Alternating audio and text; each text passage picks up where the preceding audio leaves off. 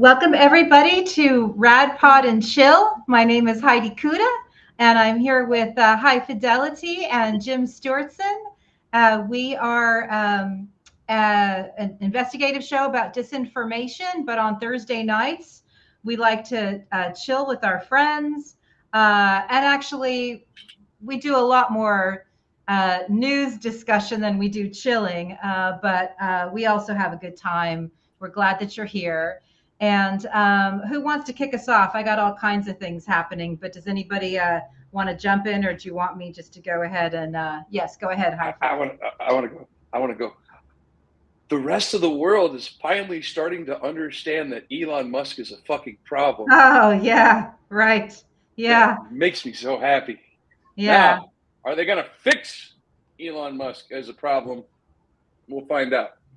But with him turning off Starlink to the detriment of the Ukrainian fighting forces, I think that should qualify as a national security threat. Yeah. I have no idea why the United States government is doing business with a man who is aiding and abetting a genocide. So, well, we're more than in business with him. Elon Musk is the largest contractor to the U.S. government. Yeah. How'd that happen? Gee whiz. The largest contractor to the U.S. government is a fucking Nazi. Yeah. Let's be clear. Yeah. A Nazi, a space Nazi, a dude who wants to take us a fucking Mars space Nazi. I'm dead serious though. This guy. I know you are. Is not just apartheid white supremacist. He's also a Russian cosmist, and I'm dead serious about this. A Russian cosmist who believes that we must be multiplanetary. And you know how we get to be multiplanetary is we overpopulate the Earth. That's literally what his fucking philosophy says. We overpopulate the Earth, and oh no, we have to go to Mars, and then we go to Mars, and then everything is better because we have apartheid Elon Musk space camp. It's fucking crazy. But if you remember his profile, used to be Earth going to Mars. He's not kidding about that.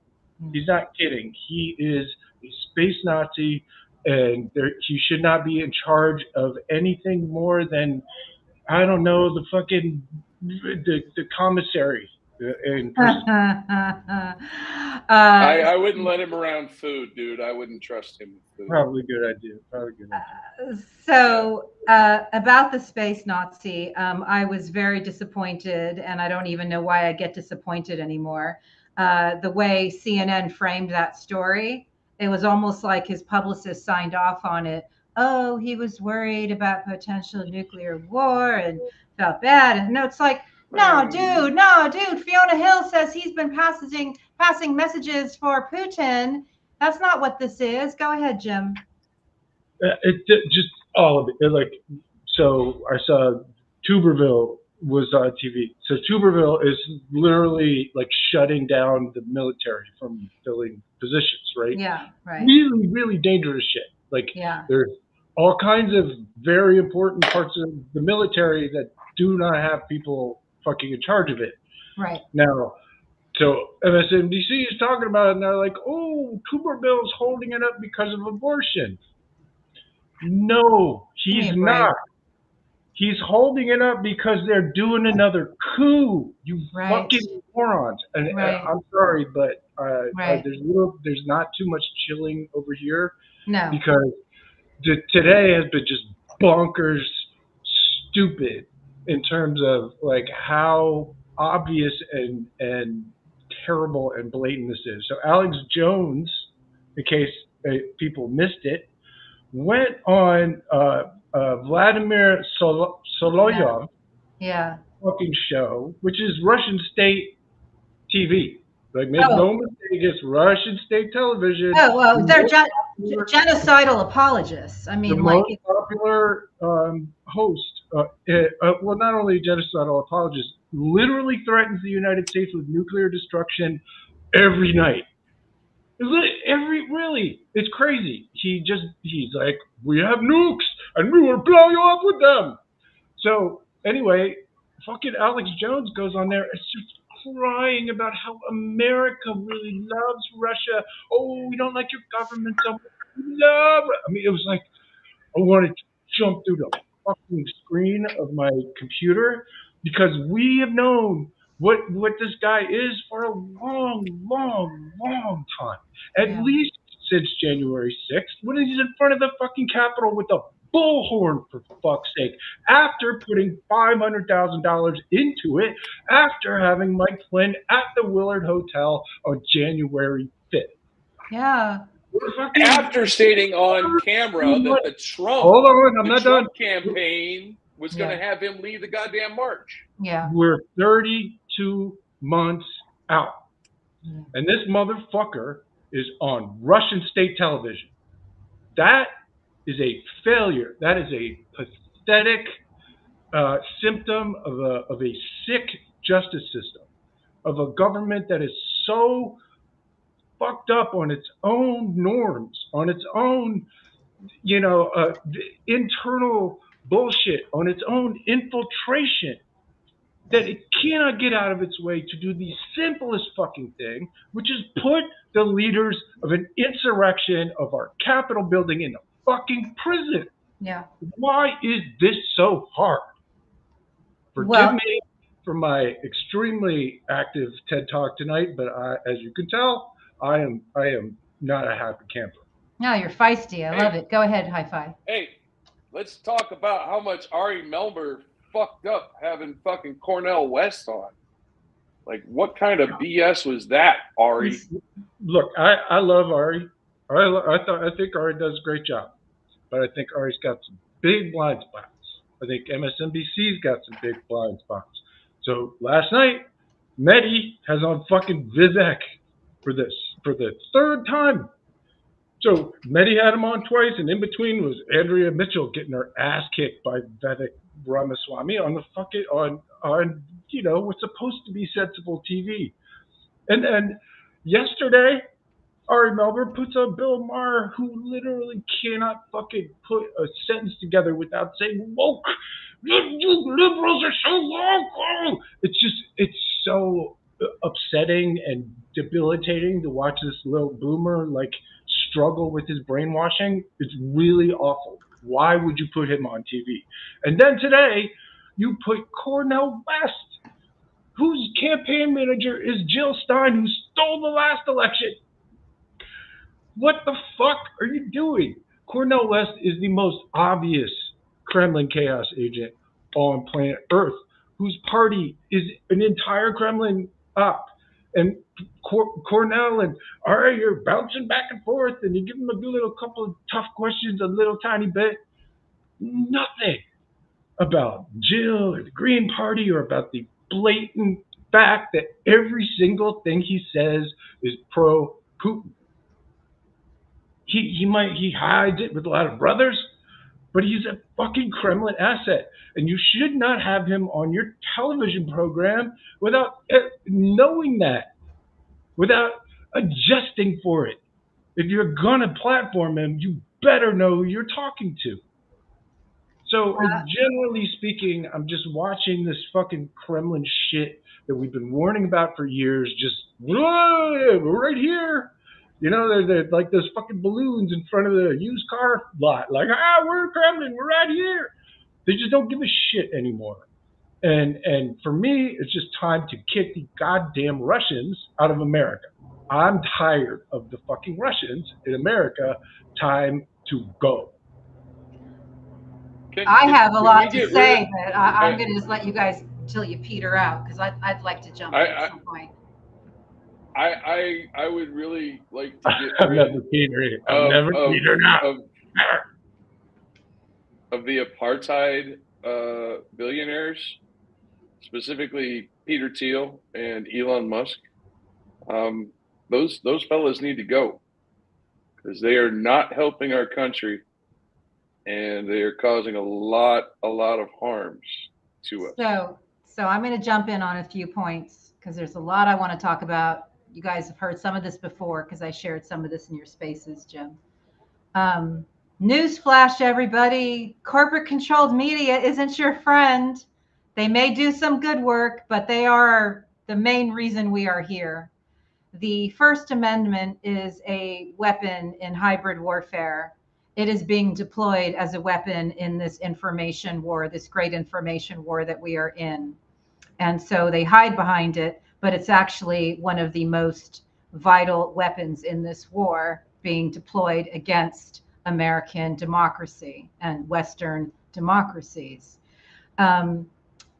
I have been doing a deep dive on Ruth Ben-Ghiat's Strong Men. I'm going to write the first of a few articles on what I've been doing, but I told Jim and Hi-Fi that I went to the desert again and I brought her audiobook with me. And it's not unfamiliar to us that military coups since World War II have been the most prominent way that countries lose their democracy.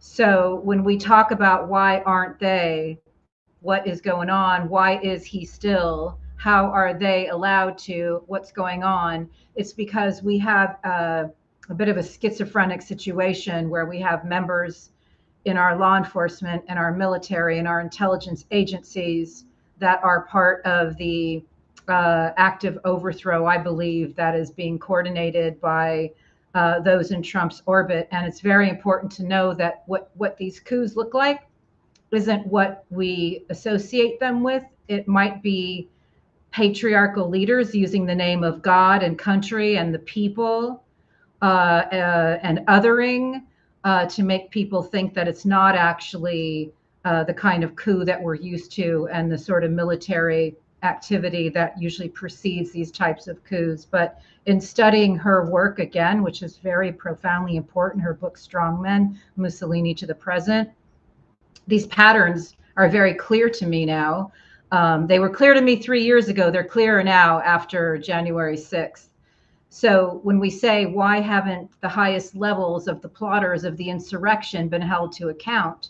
It's because they have allies in high levels. And so I believe the pressure that we need to be putting on our leadership right now is to root out those who actually, in our military, facilitated and did not defend our nation on January 6th in a timely manner, and in fact allowed violence to occur against the Capitol Police far longer, I believe, because there was a plot to murder our leaders, have Trump maybe deploy the Insurrection Act. And David Frum said it best back in January of 2017. If this were Honduras, we'd know what to call it. It's not. It's America. And we've been quite naive to the fact that we have retired military and active military, as well as an infiltrated law enforcement and intelligence agencies working actively against our democracy. We see it in the GOP leadership every day, and they are working in fealty to Vladimir Putin and other foreign enemy states. And that's our situation right now. And it's very serious. And it's what Jim writes about every single day. But I think the framework I just laid out as explained by Ruth Ben-Ghiat is important. The military. Go ahead. Well, I just wanted to say this is what Ruth has to say about the fact that America underwent an attempted coup. They're treating the GOP as though it were a normal party. And what I'm trying to do is the theme of memory. Like, we can't just, memory hold the coup.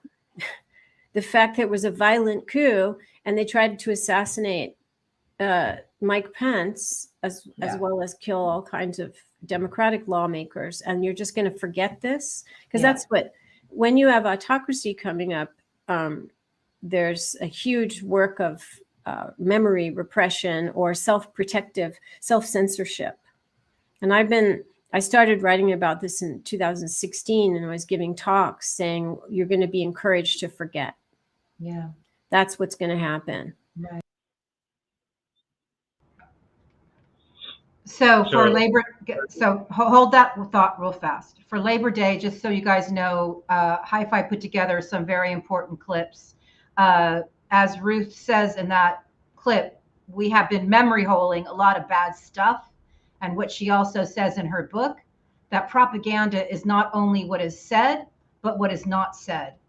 It's what's promoted and what is papered over by look over here type rhetoric. And Jim, jump in.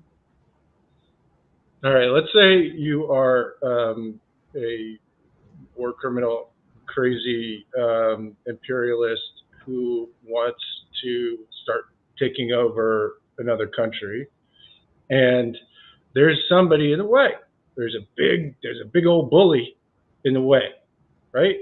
So you start thinking ahead of time. Okay, what am I going to need if I want to overthrow that big bully, right? Let's say I want to overthrow the government of another country. To Heidi's point, what do I have to do? I have to infiltrate and turn the military, right? It has to be involved because otherwise the might of the U.S. military is going to kick anything's ass, right? At the end of the day. So you have to turn the military. Now, if you're going to try and do that, who would you put in charge of your operation to overthrow the country? Who would you turn?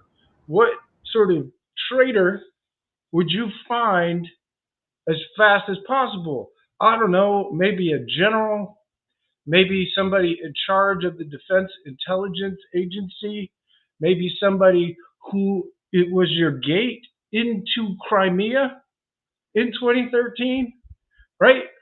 Literally found a guy who could get him into Crimea and then for the next 10 years work steadily and progressively towards overthrowing the country he was sworn to protect. It's really important that we look at what they're doing. Who was at January 6th? Military, a lot of them. Veterans, a lot of them. Mike Flynn and his cohorts are going so hard after veterans, so hard after active military, constantly raising money for them and then diverting it off into whatever fantasy land that you know they're pushing at that point. The military part of this is really important, and it's also to go to the other end of the equation from your everyday vet. You've got Charles Flynn, who has 100,000 troops. 100,000 troops of the United States are men and women over there ready to die for us. And the guy who made sure the National Guard didn't get to the Capitol is in charge of them,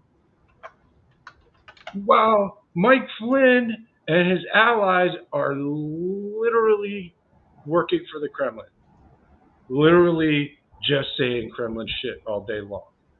What's going on? What is going on? Why is Mike Flynn free, and why is his brother in that position, if not in a fucking brig? What is going on? If there's one major, and I'm landing my plane, if I have a big ass concern over after the last several months, where Jack Smith isn't doing anything to yet, and maybe it's coming, to Roger Stone or Mike Flynn or Eric Prince or any of those guys. And these guys are just out here doing their treason right in the open. There's something wrong with this picture, and it's very fucking scary. Apologies for the sort of dark tone, but it's just the last day has been really alarming. Hi-Fi. Jim's bringing me down again. So I'm going to give some good news for a second. Peter Navarro found guilty. Danny Masterson, 30 years in the clink. Now, if they could just do that to the rest of the Scientologists, where's Shelley Miscavige? Anyway. So I do think Enrique Tarrio is important. We need to talk about that. Enrique Tarrio, 22 years. Sure. But here's something else that bothered me on the news. Somebody called Enrique Tarrio the general of January 6th. No, Enrique Tarrio wasn't the general. Enrique Tarrio was at best like a sergeant major.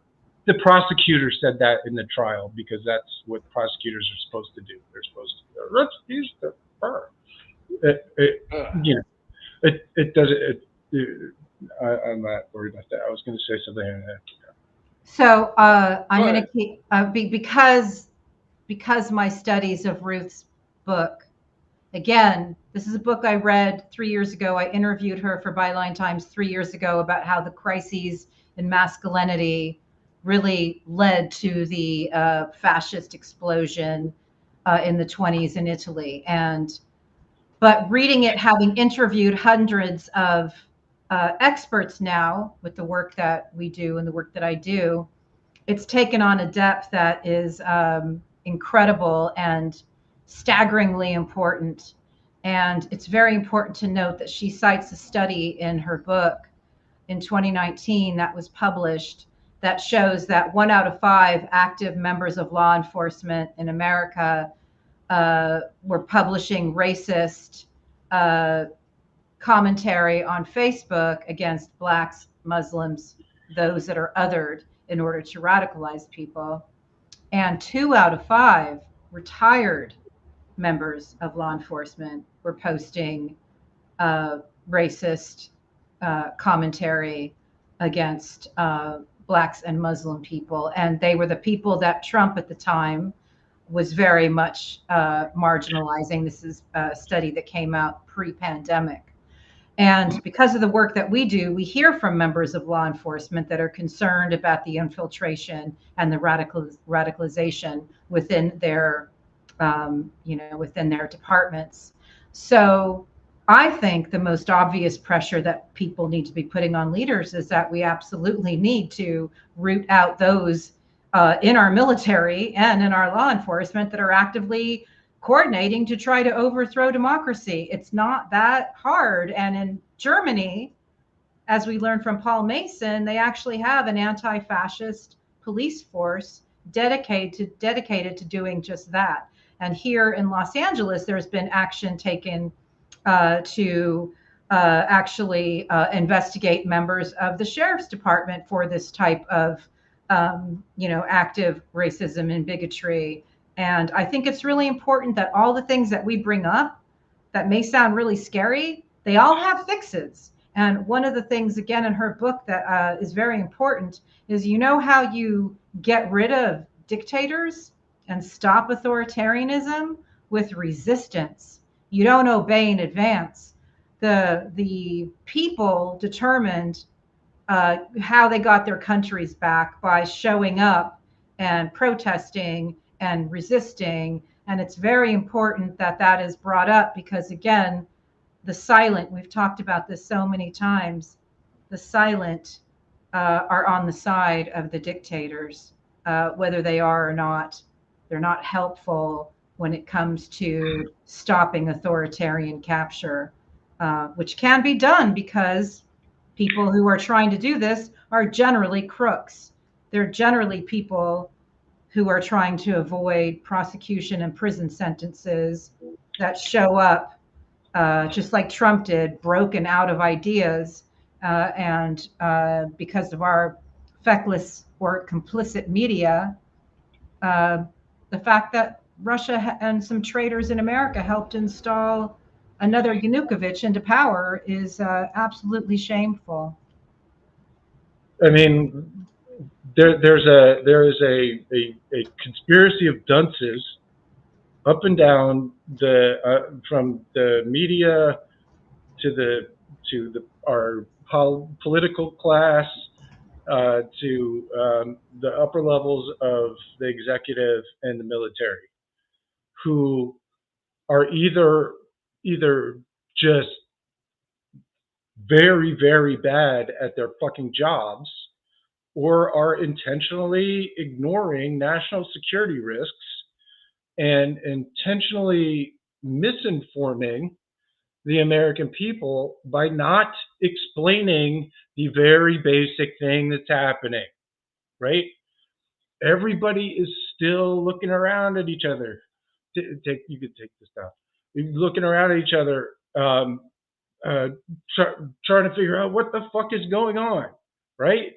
It's still a big mystery to all the pundits, right? The politicians are all trying to make it politics, and the media is on both sides and everything because Jesus Christ, Cornell must have something fucking good to say, right? We're both siding this thing into fascism, and the only way you stop fascism, you know how you stop it? You fucking stop it. You defeat it, and in order to defeat it, you have to name it. You have to name an enemy. You have to say that is the fucking enemy who is currently doing fascism inside our borders, who's currently kidnapping, mentally kidnapping huge parts of our population to turn them into people that they are not. They're doing it on purpose, and our fucking government knows it. Or they should, because that's what's happening. We've got a pipeline. It's very clear from Fox to all the way down the pipeline into the worst fucking depths that we bring you into every fucking week, right? We know how it works. We know how it works on the mind. We have the cult experts. We know what's going on. But no one in the government or the media will explain it. Why? Why is that? Well, I have a theory. My theory is that it shows how fucking lame and feckless they have been for 7 years at least, right? It shows that since the 2016 election, when all of a sudden shit started going crazy, nobody could figure out what was going on. We have still not figured it out yet. Collectively, that is. A whole bunch of us on fucking Twitter or Zitter or whatever the fuck it's called now have. It's not that difficult. The evidence is clear. The people are there. The networks have been mapped. We fucking know. So why? Why aren't they doing anything? That is a big question. And for me, why isn't this fucking obvious to people? The big project is to get the people responsible for allowing all of this damage to occur on their watch, to get them to start saying it. We're at war, we're being attacked, there are fucking psychological operations being performed on our citizens, and it's turning us into a fucking mess, as intended. It's not that complicated. But it takes some balls because it means they've missed it for the last 7 years. They missed the whole thing, right?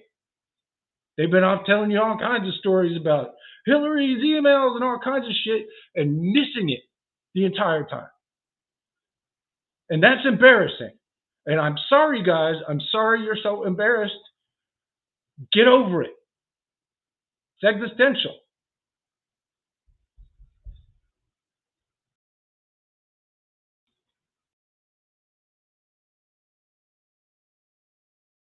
Sorry. Heidi, you're muted. Are you muted?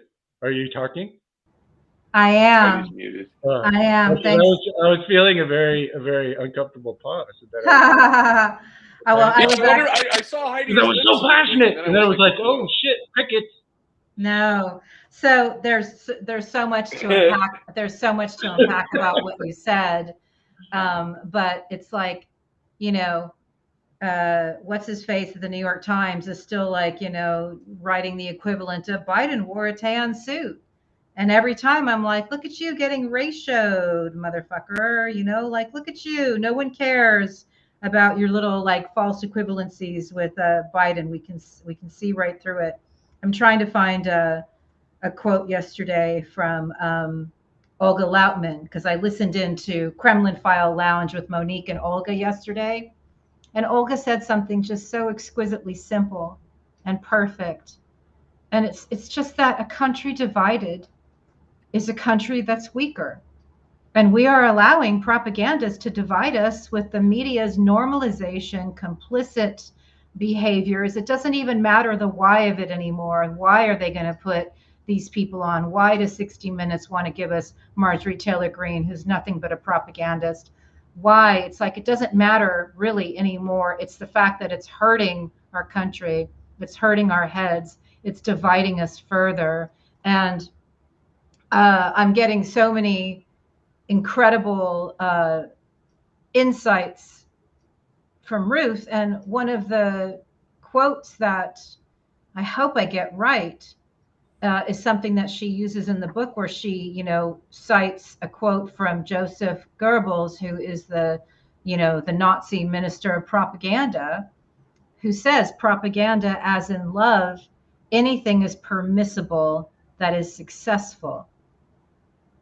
So when we are dealing with corrupt and broke and amoral people whose only job and goal is to stay in power for whoever they're in fealty to, it doesn't even matter why are they doing it? It's like, no, they're doing it because they're trying to get away with overthrowing our country. And Mussolini is an incredible figure that she talks a lot about, from what he, the things and techniques he did 100 years ago.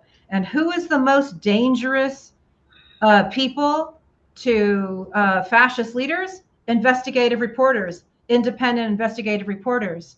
And two of Mussolini's goons murdered his, his major critic, a socialist leader who was who was on to Mussolini's con. But it wasn't just that he was outspoken against Mussolini. It was that he was compiling a dossier of all of his corruption. Oh, you guys might be shocked to find out it included Sinclair Oil, because all of this is always related to oil. So I'm joking when I'm saying you're shocked. But the point is that when that happened, when that murder occurred, suddenly people were publicly saying Mussolini's done, he's out, he's over, he's whatever. And what did he do on January 3rd? I believe it was maybe 2025, 4 or 5. He just declared dictatorship. He just got up and just said, I'm declaring a fascist dictatorship. That's what he did. He just didn't care. So anything's permissible that's successful. And how far do we want to test this? Do we want to see if there's another coup in Trump and his friends? Do we want to allow a military coup in the name of God and the people? Or do we want to work hard to expose this and put people who are trying to overthrow our country behind bars with more than 30-year sentences or 22-year sentences? And as Jim said, why don't we actually get the boss level of the people who strategized the coup? Roger Stone is on camera confessing to it. So why is Roger Stone allowed to go on garbage TV and continue his lies? Because we're just going to allow the First Amendment to be a weapon of war. That's what we're doing. Why is Steve Bannon not incarcerated? Why are we waiting this long on appeal for him? Right. But I want to play a clip from Alex. Before you do that, I just wanted one thing that Heidi said about what? Journalists. So one of the first slogans that Hitler came up with was Lügenpresse, which means lying press. One of the first slogans that Donald Trump came up with was fake news. Mm-hmm. That's not an accident. These guys know what they're doing, and they know that the press is the first thing that has to be suppressed and also, and this is important, infiltrated with people friendly to their side, and not just on one side of the spectrum, on both.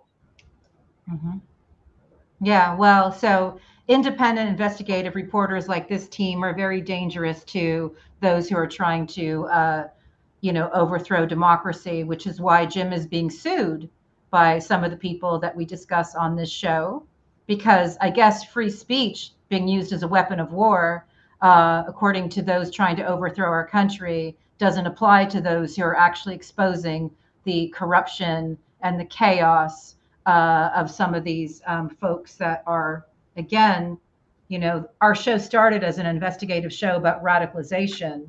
So knowing that the people who are at the boss level of this are still out radicalizing people is unacceptable, because we are not safe in America in 2023, just like Italy wasn't safe 100 years ago.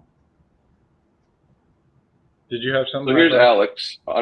How big of a part has this fucking dual narrative of reality and what is a paranoid fiction being sold played in, into this day that we have before us today? I think pretty much everything around propaganda is about this, because propaganda is actually creating virtual reality around you just by two simple means: amount and repetition. So it's about the mere exposure effect. The more you get exposed to the lie or to the virtual reality they create, the more you get used to it. So first, when you hear it for the first time, you know it's a complete bullshit.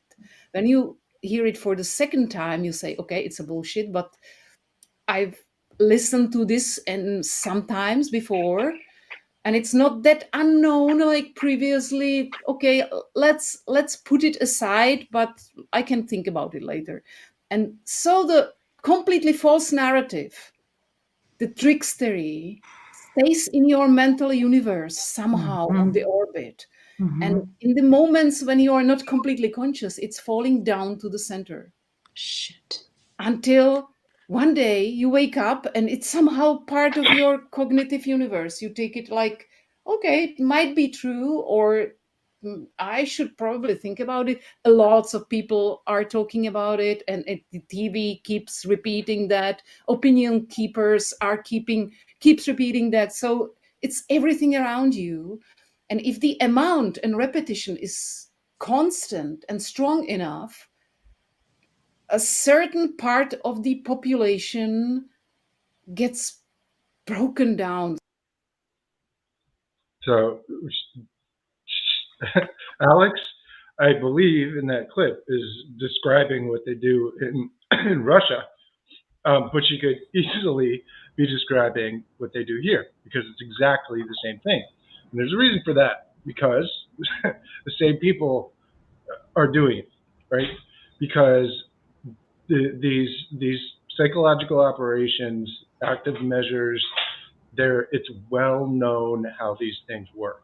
Yeah. And Alex's metaphor of virtual reality, I've used that myself, and it's a really, really good one. It's like, imagine somebody has like those VR goggles on, but they can't tell, right? And they think that this is real life, and you're over here outside, like yelling in their ear, poking them, and like, hey, you're not in reality, and you're just like, fuck off, man, what are you, right?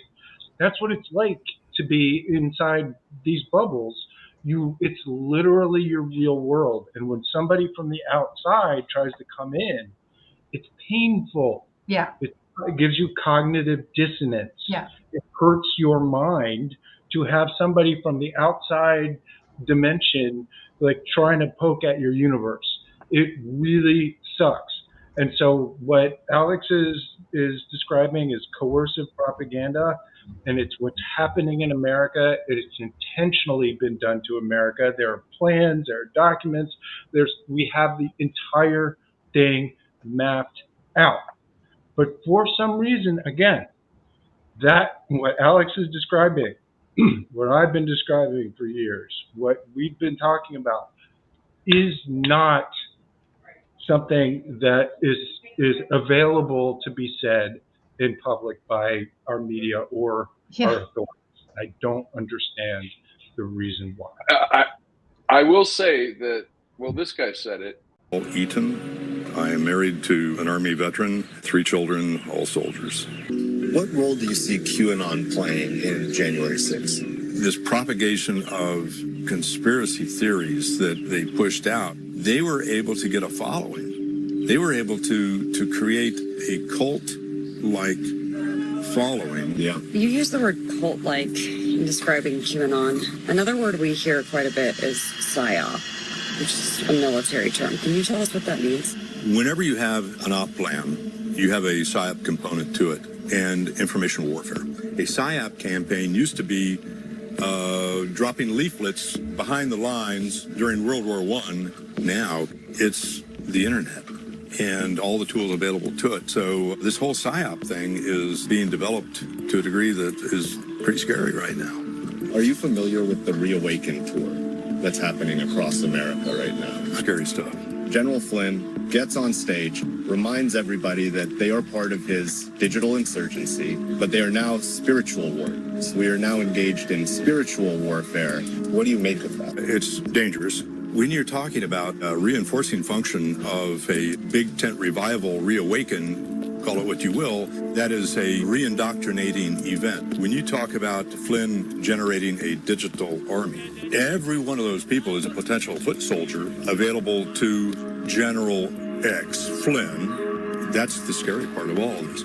Mike Flynn, at one time, was a very respected general officer. Do you think there could be an element of him having been psyoped? I mean, he sat down to break bread with Vladimir Putin, so there were plenty of opportunities, but the question that you pose should be posed to the Secretary of Defense. What are you doing about this renegade retired Lieutenant General? That is a great mystery to all of us. Mr. Flynn should be brought back on active duty and given a trial for offenses that I believe he has committed. That man said it. He did, and he said it in a very matter-of-fact way. If you listen to him, right, he's not stretching for anything. He's like, yeah, this is what we do in the military. We do psyops, and this is and what he said. These words are important that he said. A re-indoctrinating event. Okay, so re-indoctrinating events are the kinds of things that happen in tents in ISIS when they're creating fucking suicide bombers and shit. Like, this is what these things are designed on. There are cycles that are intentionally tuned and understood in the military. I can show you the manuals, and all of these events, plus all of the propaganda, plus all of the social dynamics, lead people to, as the Major General, retired, said, to psyops, to a re-indoctrinating event that makes all of the people, not just in that audience, by the way, but all of the people who showed up from all over the country for January 6th. Yeah. All of the people that Mike Flynn said, hey, do you see this building over here? Patriots are willing to die for their country. Right. That's a re-indoctrinating event in front of the Capitol building the day before those same people went and tried to murder politicians. It's known what happened here. It's known who did it, and we're still having this conversation. We're still trying to figure out how to get people to figure it out, despite the fact that the conspiracy theory is right in front of you right now. Right. Well, okay, 3 things. It's not even a theory. We're watching the conspiracy in action. Yeah. So one thing that's important, some of these guys are emboldened because Trump committed pardon fraud. And the type of pardon that he did had not been done before, pardoning murderers and people who were lying to Congress and lying to the FBI and in defiance of Congress and the massacred civilians in Iraq. Like, it's just again, Trump is an example of the deep structural reforms that we need constitutionally. But I bring it up because those who murdered Mussolini's critic were pardoned by him. So I think part of why we see this emboldening is because they're all in. They're all in. They got to get their guy or one of these guys in so they too can be pardoned for their corruption. And I think that's part of what they might be banking on. It's important to note that Alex Alvarova, who I'll be seeing in a few weeks, I'm so excited. She grew up under Soviet era rule, and she's describing what it was like. She's from the Czech Republic, and she and her podcast partner, Joseph Holy, have the biggest podcast on this subject in the Czech Republic, Canaries in the Net. But when she was describing what happened, she was basically describing what Jeff Charlotte described about Ashley Babbitt. It was like so stark to me. But it's very important that, again, I'm going to keep on weaving lessons from strong men throughout this hour. But Ruth reminds everybody of a quote from Hannah Arendt, the philosopher, which she wrote in 1951. The ideal subject of totalitarian rule is not the convinced Nazi or the convinced communist, but people for whom the distinction between fact and fiction and the distinction between true and false no longer exist. And in my studies of those who worked under Prigozhin in the Russian troll factory, I hate calling it that, the Russian military operation to hack people's minds is a much better description of it than a troll factory. But there's a moment where one of those who took the money because it was a good paying gig and, had a new kid, and we've heard those same stories here in America out of the Project Alamo Trump camp as well.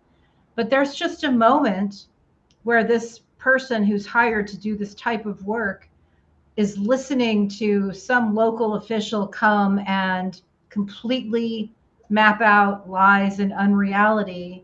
And there's a moment where that person who was hired to do the work that we saw on Twitter in 2016 no longer cared.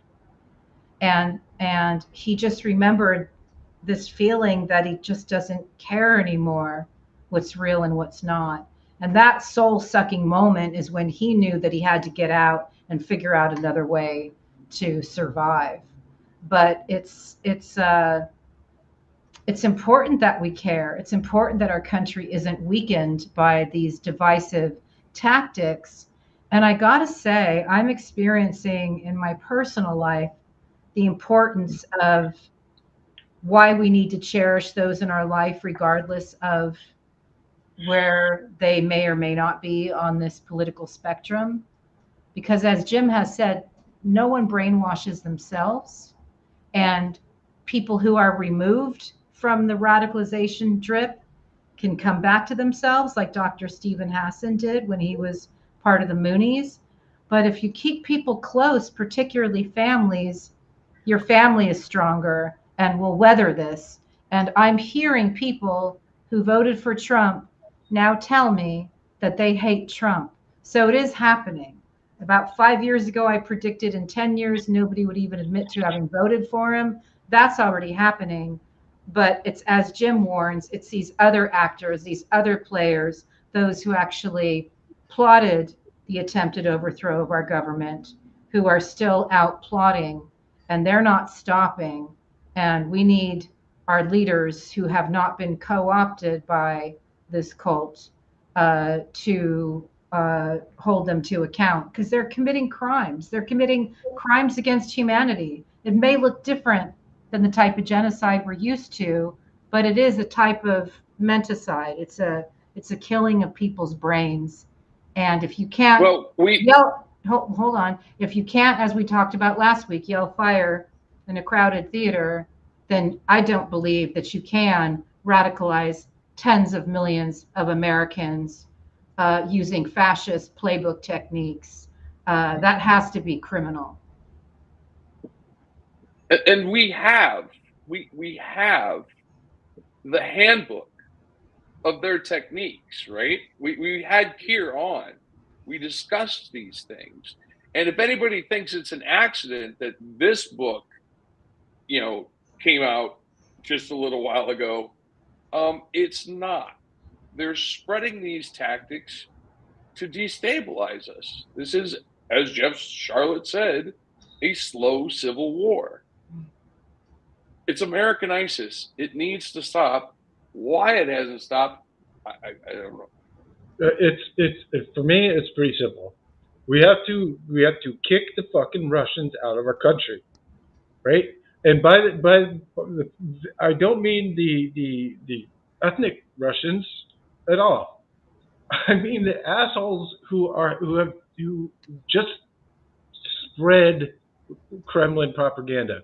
The root of it is we're too fucking chicken to say that Putin is affecting us over here, that he's damaging us, that he's infiltrating us, that there are people who are obvious Kremlin assets, right? Why do these people side with Vladimir Putin about everything? Why do they all think the fucking Ukrainians are Nazis? Why? Right? Why did QAnon and none of this ever have a single bad word to say about Putin? Why is it all of a sudden turned into a literal fifth column?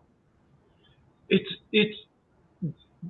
in front of us, and we're all still too chicken to say it because Russia. Oh, you're mentally ill. Get over it, for fuck's sake. We got to be able to say this fucker is hurting our people in a very, very serious way. We need to be open about it, and we need to take the following fucking measures. And once we say that out loud, the solutions are not that difficult. They really, I mean, I'm not, it's all very challenging. But at a minimum, the American people will have the tools to be able to make their own decision and be able to decide, hey, why isn't my local politician or my senator or whoever, the fucking president, saying something about this, right? And the reason is because they don't know. And they don't know because people like us get attacked, because people like us get silenced and defamed and smeared and shut up for years and years on end. Yeah. That's why. Mm-hmm. So I'm just here to say, look, told you, okay? Now let's move on and fucking kick the Russians out of our country, because it's really, really, really we are not in a good place here at all, with not very long to go until an election that they're planning on stopping. So I see. Hold on. When he says kick the Russians out of our country, I also believe that includes the people that I spotlight in my Betty Dangerous American Monster series, which includes Bannon, Flynn, Stone, Trump. But then you can put those 12 up now. High five. So one thing I was going to say is that I would love to end with Jason Stanley's clip. We have so many incredibly brilliant guests. Jim and I were asked a couple nights ago, who are some of the people that we follow? And Jim said, quite frankly, the people that we interview on our show. If you want to know, where the great minds and thinkers are of our times on how we get out of this authoritarian, capture, we listen to the people that we interview every week. So do we have that Jason Stanley clip? He's in Ukraine, as is Timothy Snyder right now, actually, talking about this stuff to Ukrainian students. And it's just so incredible. Do you have him?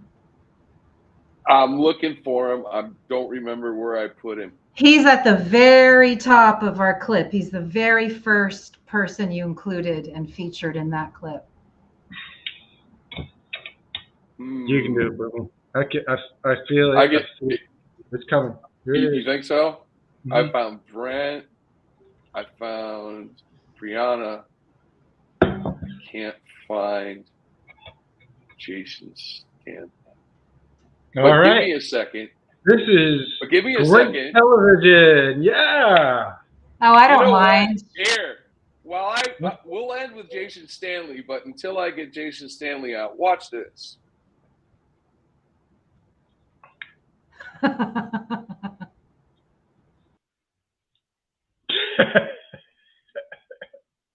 Uh-oh.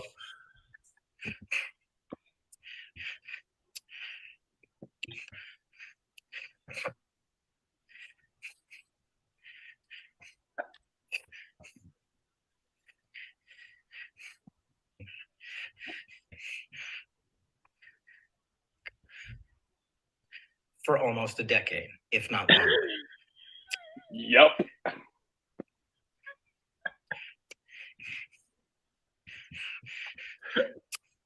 For days and weeks, if need be.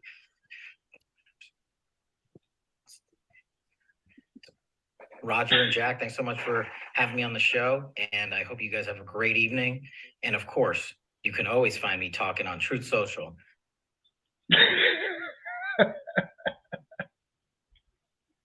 So here's Roger last night at the Reawaken tour, and so let's take a listen to Roger. No, next week you're going to see a kabuki theater in which General Flynn and I are both falsely accused solely on the basis of guilt by association of having anything to do with the January 6th illegality. So let me say it one more time, as I must. Any claim, assertion, or implication that I knew in advance about, that I was involved in, or that I condoned any illegal action on January 6th at the Capitol or at any other date on any other location is categorically false. And there is... I love that part. I love when Jim said such whining and such sadness. You know, one of our friends and allies pointed out that having to wake up and be a Russian propagandist every day has to be so boring. It's like, oh my God. I don't know. I mean, you gotta.